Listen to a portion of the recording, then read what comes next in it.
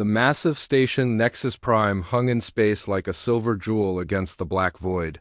Ships from dozens of worlds docked at its outer rings, while inside the Great Council Chamber, beings from across the galaxy gathered for what would become the most important session in galactic history. Ambassador Lisa Martinez stood at the human podium wearing her formal diplomatic uniform.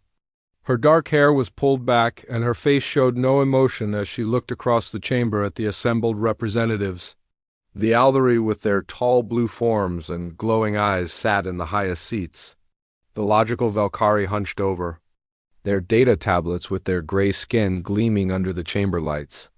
The proud Thanari showed off their golden scales while the calculating Morvic whispered among themselves through their translator devices. Lisa had served as Earth's primary ambassador for 12 years. She had negotiated trade deals and peace treaties. She had watched humans die in battles they did not start for causes that were not their own. She had seen her people treated as useful tools rather than equal partners. Today she would deliver a message that would change everything. Chairman Zextai of the Aldari called the session to order with his deep voice echoing through the chamber.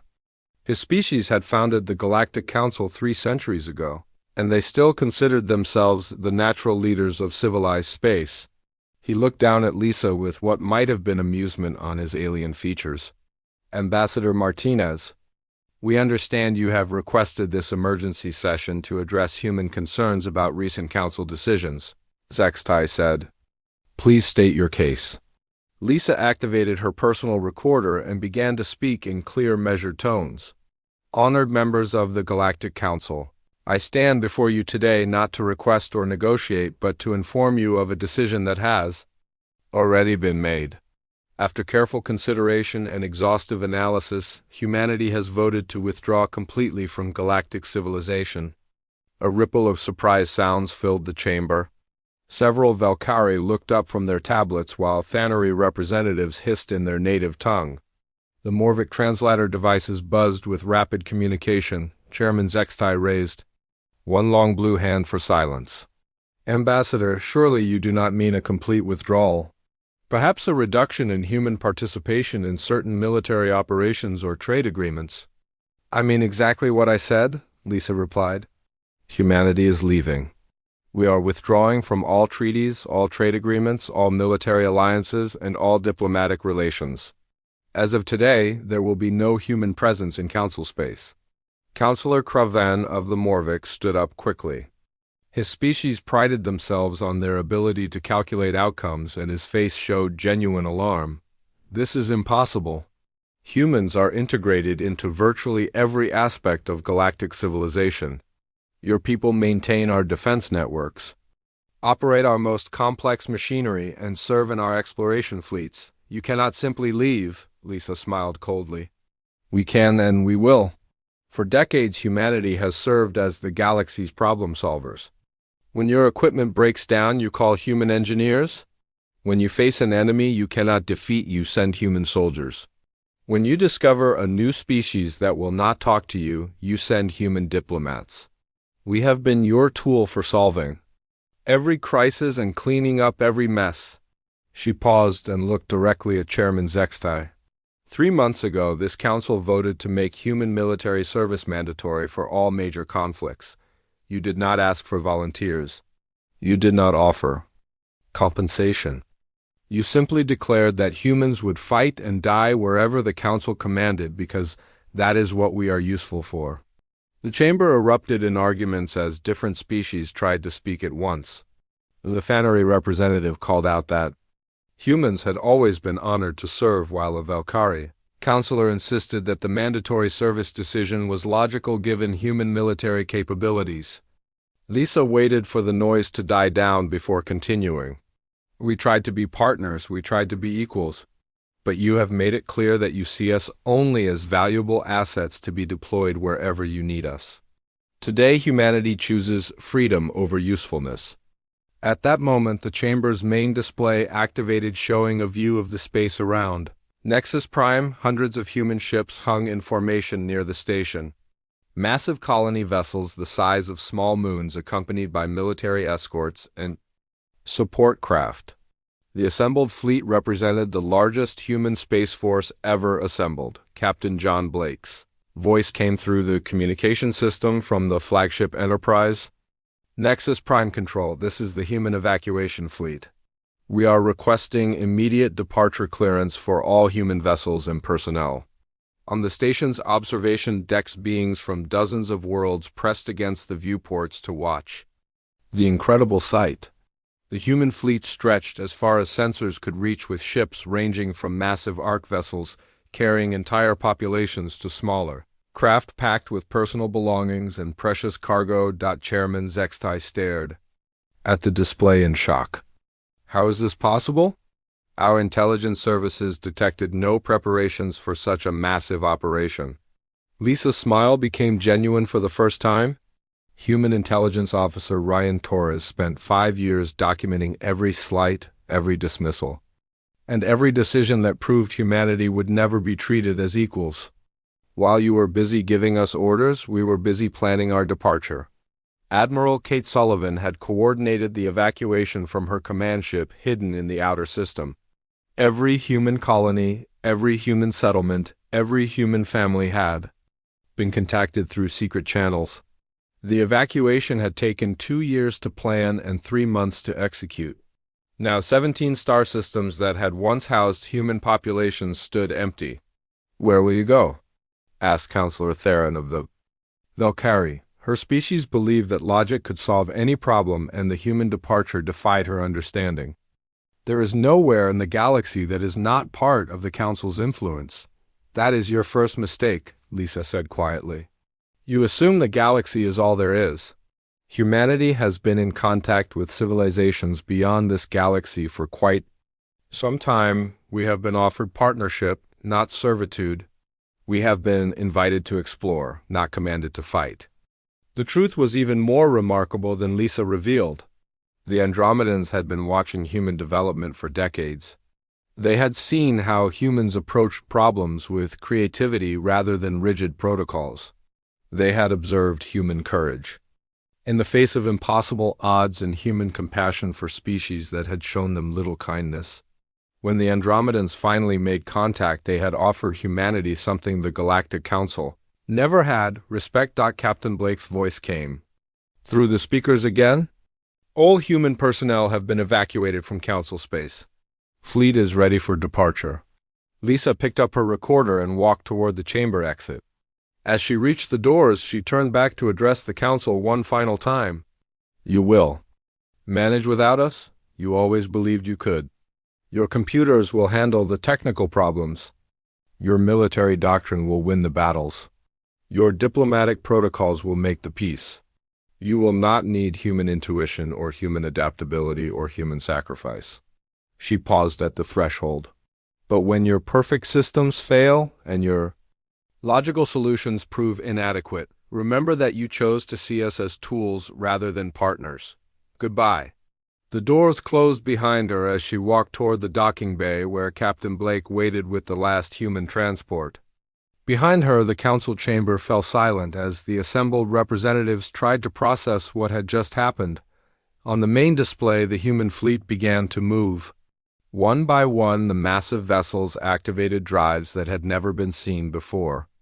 In council space, the ships did not jump to hyperspace or fold space in any familiar way.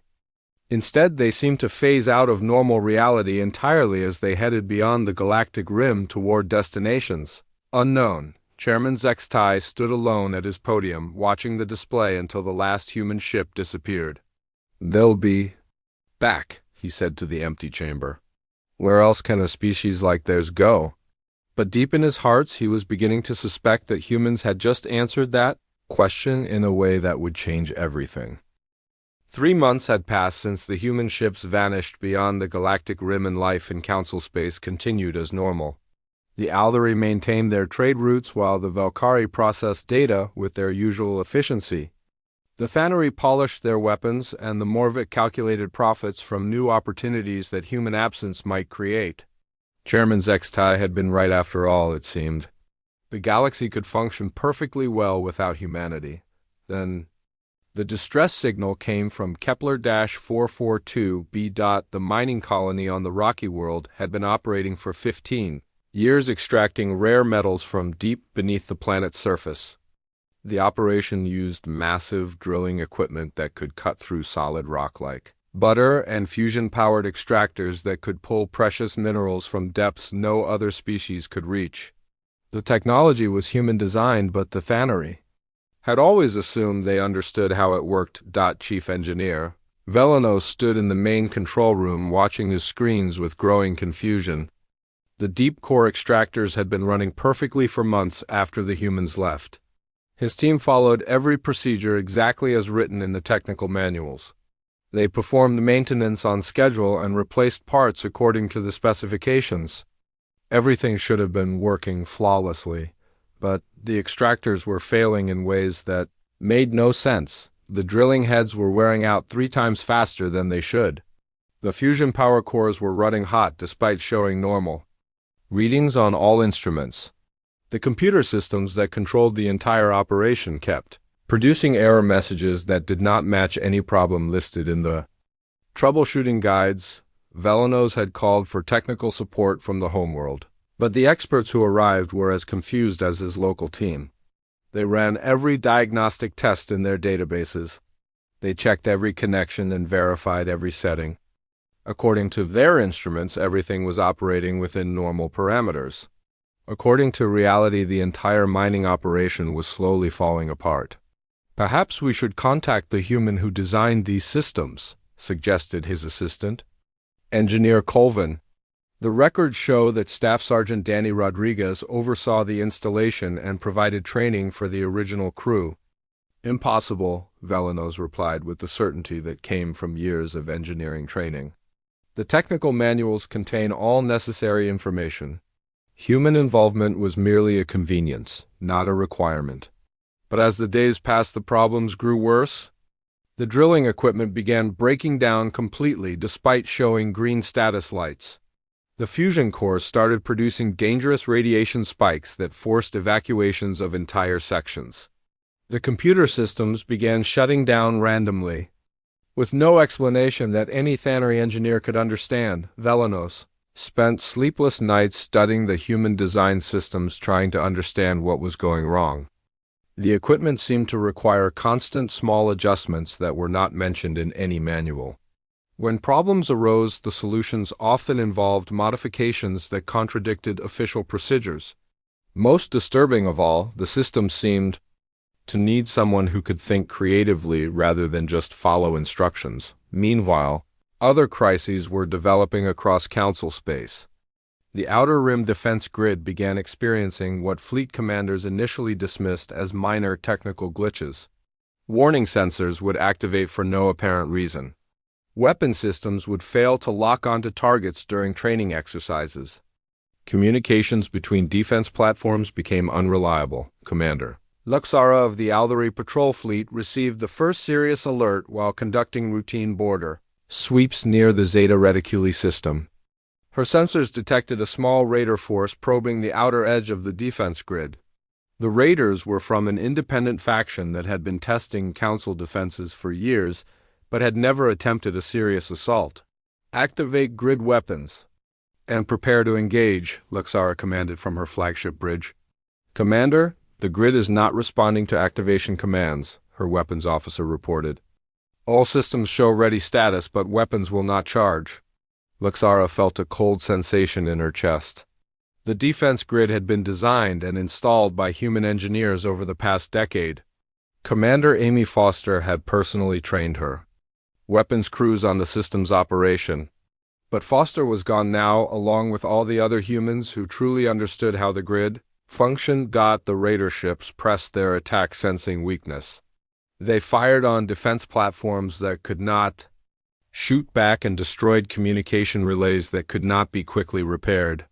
What should have been a minor skirmish became a humiliating defeat as the raiders withdrew after proving that the mighty Council defense grid was helpless on the agricultural world of Ceres Prime. Dr. Elena Vasquez's absence was creating a different kind of disaster. The Valkyrie agricultural specialist who had taken over her research station prided themselves on their logical approach to farming. They had mathematical models that calculated optimal planting schedules, precise formulas for soil treatment, and computer programs that monitored crop growth down to individual plants. But the crops were dying. The Valkyrie followed their models exactly, but somehow the results were wrong. Soil that should have been fertile became barren within weeks. Plants that should have thrived began withering despite receiving precisely calculated amounts of water and nutrients. The mathematical perfection of Valkyrie agriculture was producing crop failures across multiple worlds. Dr. Zarath led the agricultural research team, and she spent endless hours reviewing data trying to find the error in their calculations. Everything looked correct on her screens, but the fields outside her laboratory windows were turning brown. The Valkyrie approach worked perfectly in controlled laboratory conditions, but seemed to fail when applied to real farming on actual worlds. Dr. Vasquez used an unusual crop rotation system, noted her assistant while reviewing the human's old research files. She planted different crops in patterns that do not match our efficiency models. Human methods were clearly inefficient, Zarath replied automatically. Our mathematical analysis proves that maximum productivity requires specialized monoculture, farming in optimal soil conditions. But as weeks passed and crop failures spread to other worlds, Zarath began to suspect that human inefficiency might have been preventing something far worse than reduced productivity. The mathematical models had not accounted for soil depletion, pest adaptation, or the complex relationships between different plants and soil microorganisms. Dr. Vasquez had understood these connections intuitively but had never been able to explain them in ways that satisfied Valkyrie logic. Counselor Kravan of the Morvek was discovering similar problems in his detailed review of galactic economic data. His species excelled at financial analysis, and he had been tasked with calculating the economic impact of human departure. The initial reports had been encouraging. Without human wage demands and human resource consumption, many sectors showed improved profit margins, but deeper analysis revealed disturbing patterns. Trade negotiations were taking longer and failing more often without human mediators. Technical problems were proving more expensive to solve without human engineers. Military operations required more ships and personnel to achieve the same results. Without human tactical expertise, most troubling of all, Kraven discovered that humans had been involved in virtually every major economic success of the past century. They had not just participated in these achievements, they had often been the crucial factor that made success possible. Their departure was not just removing useful workers, it was removing an entire approach to problem-solving that other species apparently could not replicate. Back on Kepler 442b, Chief Engineer Velenos faced the inevitable. The mining operation was shutting down completely as equipment failures cascaded beyond any hope of repair. The technical manuals that had seemed so complete were useless when dealing with problems their authors had never anticipated. The human-designed systems required human creativity to function properly. As the last mining crews evacuated the failing colony, Velenos stood in the empty control room looking at screens full of error messages that no Thannery engineer could solve. For the first time in his career, he found himself wishing he could ask a human for help, but the humans were gone and they had taken their strange ability to make impossible things work with them. The galaxy was learning that some kinds of knowledge could not be captured in technical manuals or reduced to logical procedures. Some problems required the kind of thinking that humans had provided without anyone realizing how much they depended on it. The first cracks in galactic civilization were showing, and they were spreading faster than anyone had expected. 6 months after humanity vanished from Council space, the problems that had started as minor technical glitches were growing into full disasters. What Chairman Zextai had dismissed as temporary setbacks were proving to be the beginning of something much worse.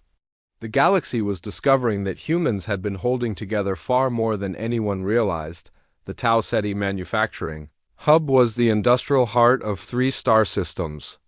Massive factories produced everything from starship components to household goods using fusion reactors that had powered the complex for decades. The reactors were human-designed, but the Valkyrie engineers who managed them believed they understood the technology completely. Their confidence lasted exactly 47 days after the last human technician departed. Senior engineer Nexville watched his control screens with growing alarm as Reactor 7 began showing temperature spikes that should have been impossible. The cooling systems were operating normally and all safety protocols were active, but the reactor core was getting hotter by the hour. His team ran every diagnostic test in their database but could find nothing wrong with any of the systems. "Perhaps we should implement emergency shutdown procedures," suggested his assistant while monitoring radiation levels that were climbing toward dangerous levels. "Impossible," Nexville replied with typical Valkyrie certainty. "The reactor is operating within acceptable parameters according to all our instruments. The temperature spikes must be measurement errors." But the temperature spikes were very real and they were spreading to other reactors across the complex. Carl Peterson had been the chief human engineer who designed the cooling systems, and he had built in dozens of small adjustments that prevented exactly this kind of problem. The adjustments were not mentioned in any manual because they required constant observation and creative responses to changing conditions. Within hours, all 7 reactors at the Tau Ceti hub were overheating despite every automated safety system working perfectly. The Valkyrie engineers followed their emergency procedures exactly, but the procedures assumed that the cooling systems would respond predictably to standard commands. The human-designed systems required someone who could think beyond the manual and make adjustments that seemed illogical but actually worked. The manufacturing complex shut down completely as radiation levels forced evacuation of the entire facility. Thousands of workers fled to emergency shelters while automated systems tried unsuccessfully to bring the reactors under control. The industrial output of 3-star systems stopped overnight and supply chains across the galaxy began feeling the impact within days. Meanwhile, on Proxima Station, Dr. Maria Santos's absence was creating a medical crisis that threatened millions of lives. A plague had broken out among the Morvic population and was spreading faster than anyone had expected. The disease caused severe respiratory problems and seemed to resist all standard treatments that the alien medical staff tried to apply. Dr. Keksana led the medical response team with confidence in Valkyrie medical science. She had access to the most advanced medical databases in the galaxy and treatment protocols that had been proven effective against thousands of different diseases. But this plague was not responding to any of the standard approaches and patients were dying despite receiving what should have been adequate care. Dr. Sentus developed specialized treatment protocols for respiratory diseases among multiple species, noted medical technician Volter while reviewing the human doctor's research files. Her methods combined traditional Valkyrie medicine with techniques that do not appear in our standard medical databases. Human medical practices were often unscientific and based on intuition rather than proven procedures. Dr. Keksana replied automatically, "Our evidence-based medicine is far superior to human guesswork." But as the death toll climbed and the plague spread to other species, Dr. Keksana began studying Dr. Santus's unconventional methods with desperate interest. The human doctor had treated diseases by adapting her approach when patients did not respond as expected. She had combined different treatments in ways that seemed random but somehow produced better results than following standard protocols. Most importantly, Dr. Santos had understood that diseases could mutate and change faster than medical databases could be updated.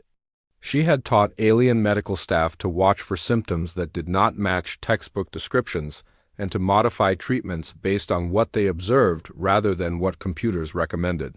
Without her guidance, the medical staff could treat familiar symptoms but were helpless when the plague evolved beyond their prepared responses. The crisis deepened dramatically when the Zephyrian Empire launched surprise attacks on 3 council worlds simultaneously. The Zephyrians were an aggressive species that had been testing council defenses for years while waiting for the right moment to strike. They had observed how human tactical advisors made council forces unpredictable and dangerous. Now that the humans were gone, The Zephyrians saw their opportunity. Fleet Admiral Vexfer of the Thanary commanded the Council's primary battle fleet, and he was confident in his ability to defeat any enemy. His species had been warriors for millennia, and their military doctrine was based on proven strategies that had won countless battles. What he did not realize was how much those strategies depended on human advisors who could adapt when the enemy did something unexpected. Colonel Jake Harrison and Major Sophie Clark had spent years training alien military officers in adaptive combat techniques. They had taught their students to think creatively when standard tactics failed and to respond quickly when battle conditions changed.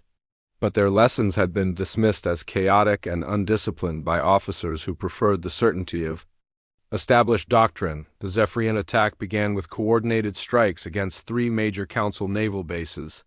The enemy had studied Council tactics carefully, and they knew exactly how the defenders would respond to each type of assault. Admiral Vexfer followed standard defensive protocols and deployed his forces according to proven military doctrine. His formations were perfect examples of Thanary tactical excellence. They were also completely predictable, the Zephyrian commanders had planned their attack specifically to exploit the rigid thinking of non-human military leaders. They had timed their assault for after humanity's departure because they knew that human unpredictability was the only thing they truly feared. Without human tactical advisors, Council forces would follow their computers and textbooks exactly as expected. Admiral Vexfer watched in horror as his perfectly organized battle formations were systematically destroyed by enemies who had anticipated every move. The Zephyrians used tactics that violated standard military doctrine but were devastatingly effective against opponents who could not adapt quickly enough to respond. Request immediate tactical support from human advisors.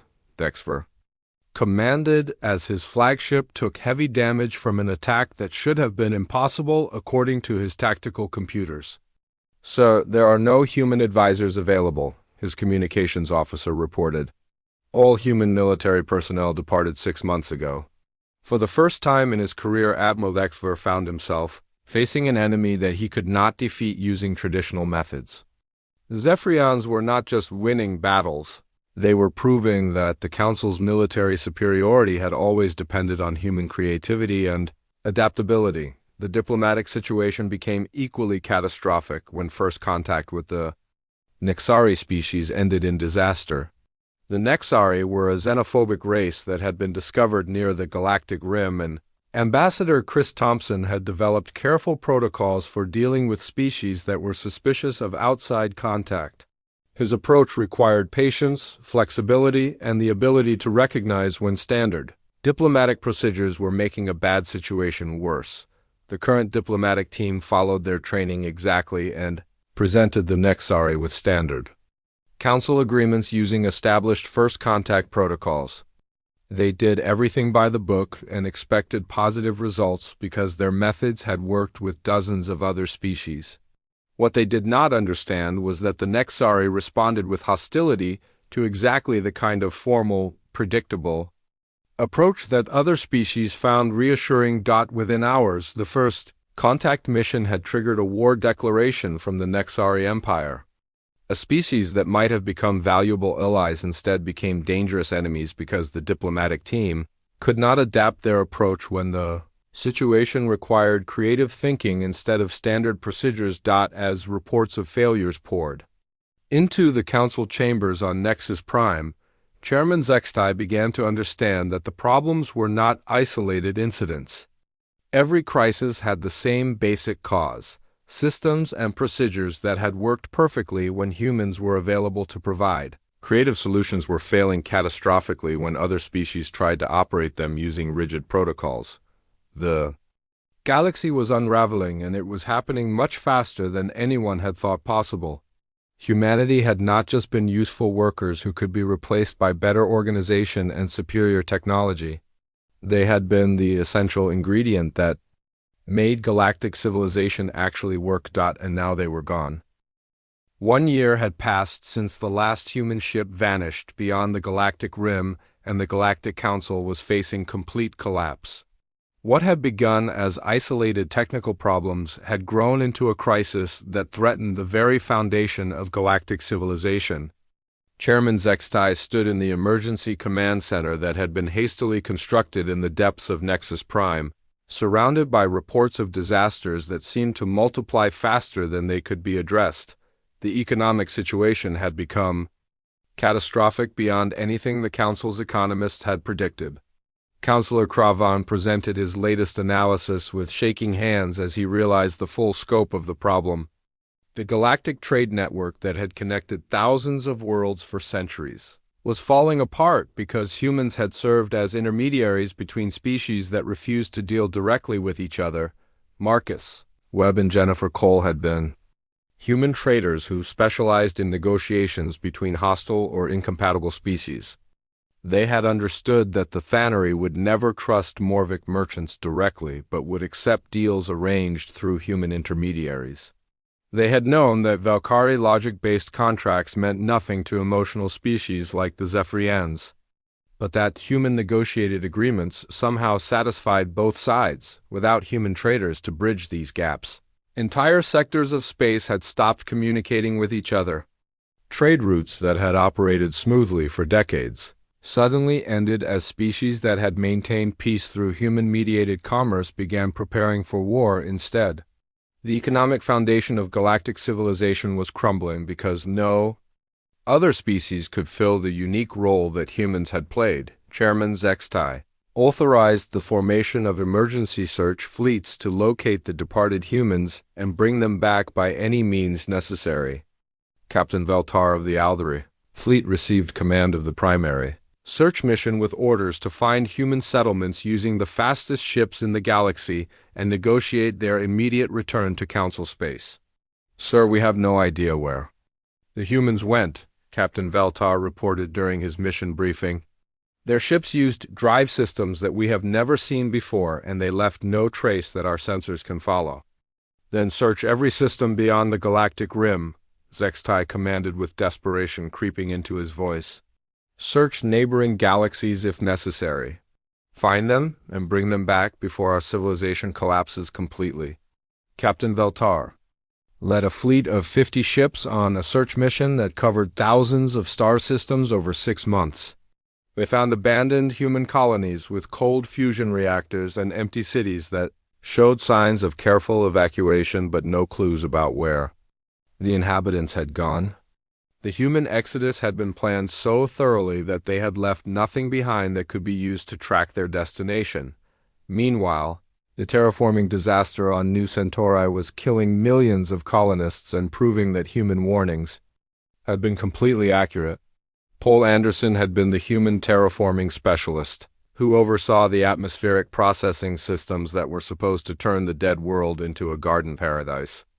He had repeatedly warned that the automated systems would require constant human oversight and creative adjustments to work properly. The Valkyrie engineers who took over the project had dismissed his concerns as typical human paranoia about perfectly logical automated systems. Their mathematical models proved that the atmospheric processors would work flawlessly without any need for human intervention. The models had been wrong in ways that were now killing entire cities. Project Director Kolthara watched helplessly as her atmospheric processors created a toxic environment. Instead of the breathable atmosphere that her calculations had promised, the machines were following their programming exactly, but the results were catastrophically different from what the models predicted. The processors were supposed to convert the planet's carbon dioxide atmosphere into oxygen, but instead they were producing poisonous gases that made the air deadly to most forms of life. Paul Anderson's modification protocols called for manual adjustments every few days based on atmospheric readings, reported her chief technician while reviewing the humans' abandoned research files. His procedures required someone to observe the actual results and modify the process when reality did not match the mathematical predictions. Human modifications were clearly unnecessary, Kolthara replied automatically, even as she watched poison clouds spreading across the continent below. Our atmospheric processing technology is mathematically perfect and requires no human interference. But mathematical perfection was producing real-world disaster, and millions of colonists were dying because the Valkyrie could not adapt when their perfect systems produced imperfect results. The terraforming project that should have created a new paradise was instead creating a toxic wasteland that would take centuries to clean up. The military situation became hopeless when the outer rim defense grid failed completely and enemy fleets poured into council space from multiple directions. The Zephyrian Empire had convinced several other hostile species to join a coordinated assault that exploited every weakness in council defenses. Without human strategic thinking, the remaining alien forces proved unable to coordinate any effective resistance. Admiral Dexfer found himself commanding a fleet that was being systematically destroyed by enemies who understood council tactics better than the council understood them. His officers followed their training perfectly and executed standard defensive maneuvers exactly as taught in military academies across the galaxy. But their predictable responses made them easy targets for enemies who had studied those same textbooks. "Request immediate reinforcements from all available fleets," Dexver commanded as his forces retreated from their third major defeat in as many weeks. "Sir, there are no available reinforcements," his communications officer reported. "All council fleets are engaged in defensive actions and most are reporting heavy casualties." The council's military had been built around the assumption that human tactical advisors would always be available to provide the creative thinking that made rigid doctrine actually work in combat. Without humans to adapt when battles did not go according to plan, even superior technology and numerical advantages were proving worthless against enemies who could think flexibly. In the depths of the council archives, Counselor Theron of the Valkyrie made a discovery that explained the full scope of the disaster. She had been tasked with analyzing historical records to determine exactly how dependent the galaxy had become on human contributions. What she found was far worse than anyone had imagined. Every major achievement of galactic civilization over the past century showed evidence of human involvement. The faster-than-light communication network that connected thousands of worlds had been improved by human engineers who found creative solutions to problems that had stumped other species for decades. The universal translation protocols that allowed different species to communicate had been developed by human linguists who understood that language involved more than just converting words from one system to another. Most shocking of all, the peace treaties that had prevented major wars for generations had been negotiated by human diplomats who somehow found ways to satisfy completely incompatible demands from hostile species. The Council's own governmental structure had been redesigned by human political theorists who understood how to balance the competing interests of dozens of different cultures. Humans were not just useful contributors to our civilization, Theron reported to the emergency council session. They were the essential element that made our civilization possible. Every major success we have achieved depended on human creativity, adaptability, and problem-solving abilities. Chairman Zextai reviewed her findings with growing horror as he realized that the galaxy had not just lost useful workers. They had lost the only species capable of making galactic civilization actually function. Without humans to bridge differences between incompatible species, to solve problems that had no textbook solutions, and to adapt when carefully planned systems encountered unexpected realities, the entire structure of galactic society was falling apart. The search fleets returned with no trace of human settlements. The economic network continued collapsing as more trade routes failed. Military defeats mounted as enemy forces exploited the predictability of non-human tactical thinking. Terraforming projects failed catastrophically as automated systems produced results that differed from mathematical models.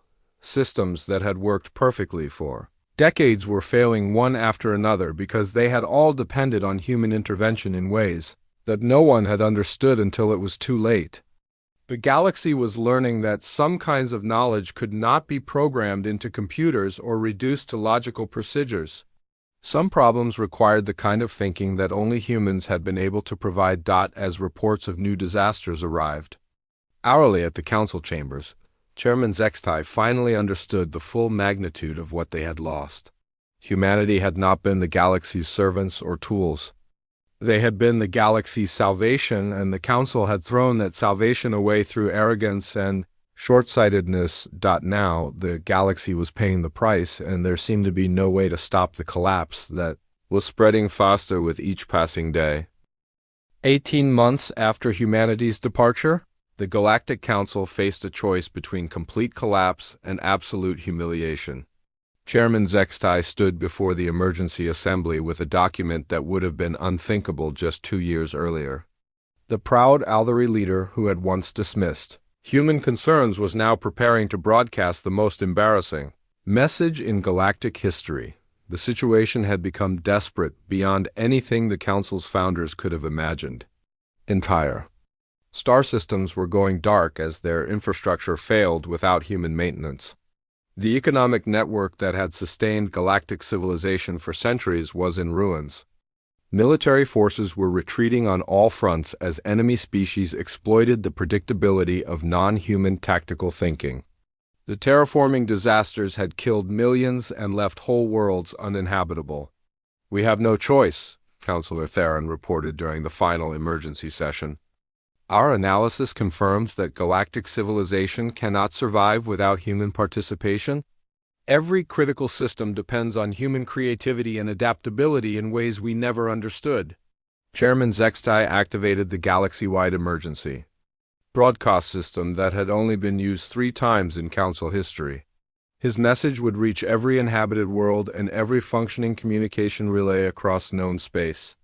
The words came slowly as his pride struggled against the reality of complete failure.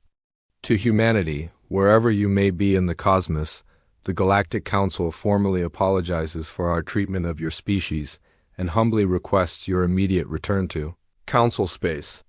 We offer full Council membership with voting rights equal to any founding species.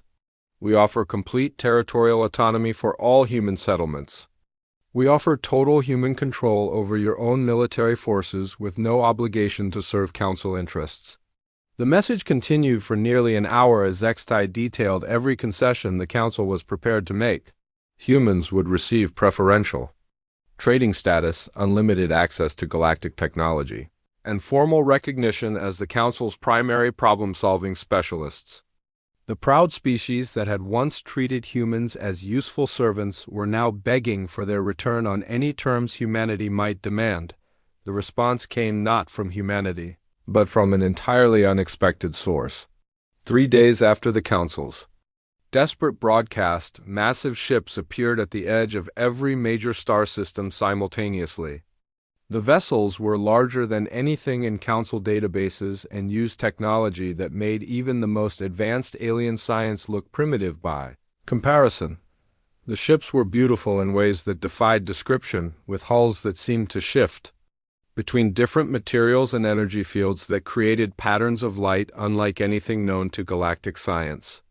They moved without any visible propulsion system and seemed to ignore the basic laws of physics that governed all other spacecraft. When the lead ship finally responded to desperate hails from Nexus Prime, the voice that came through the communication system spoke perfect galactic standard, but with an accent that no Council linguist could identify.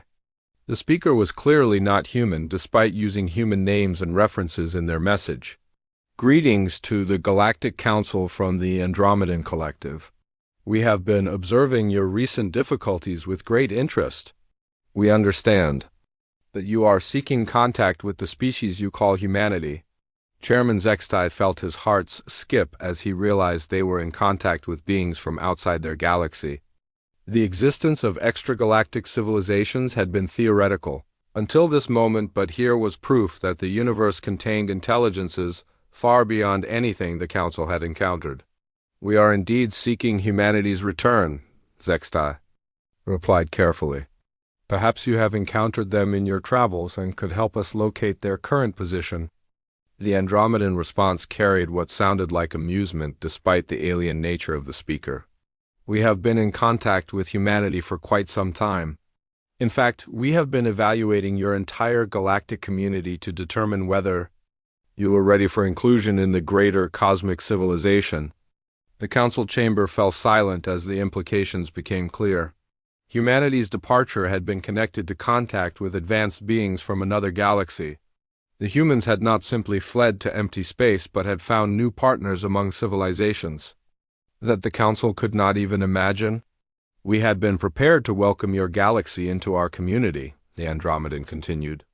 "We were impressed by the diversity of your species and the potential for growth that your civilization demonstrated. However, our evaluation process required us to observe how you treated the most promising species among you."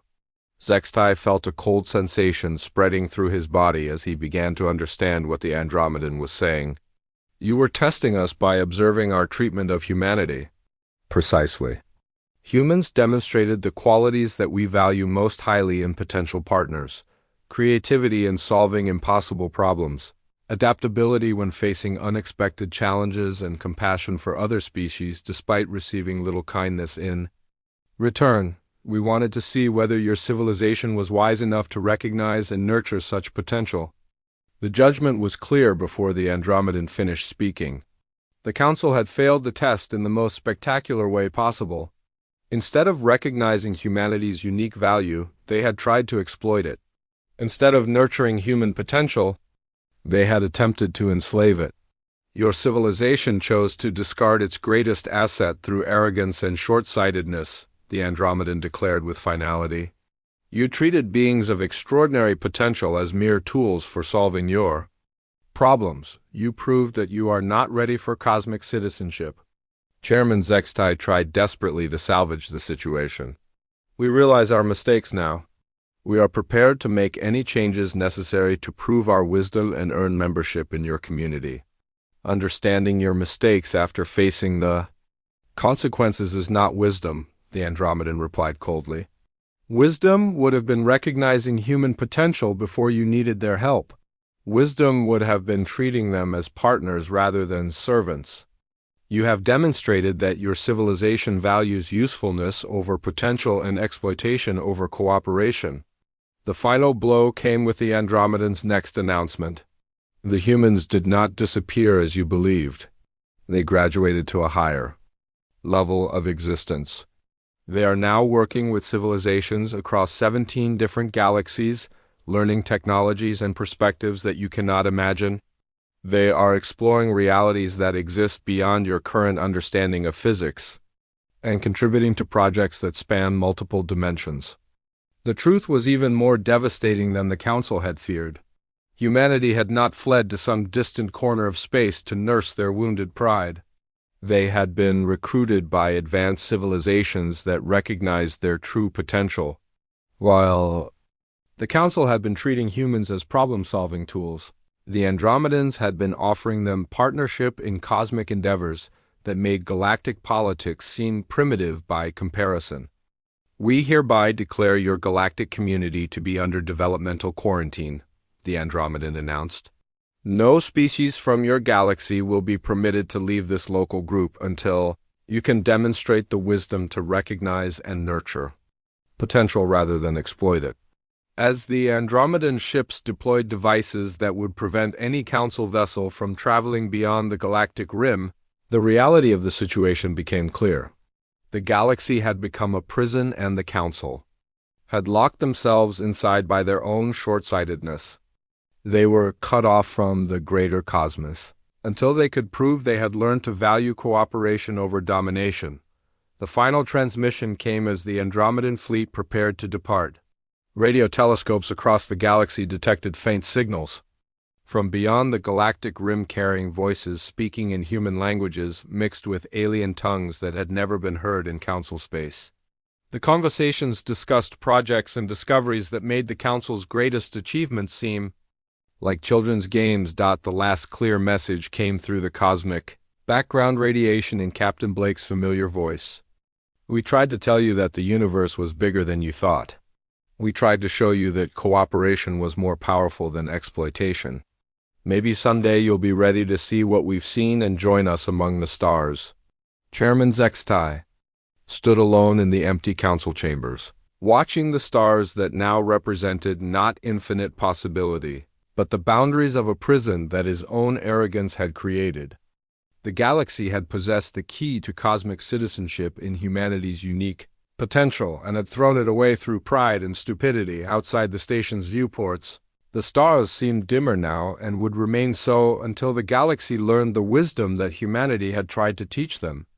The universe was vast and full of wonders, but the Galactic Council would remain trapped in their small corner of it. Until they proved they deserved something better, the humans were gone and they were never coming back, because they had found something infinitely better than the civilization that had rejected them. The galaxy would have to learn its lessons the hard way and hope that someday it might earn a second chance to join the cosmic community it had lost through its own failures.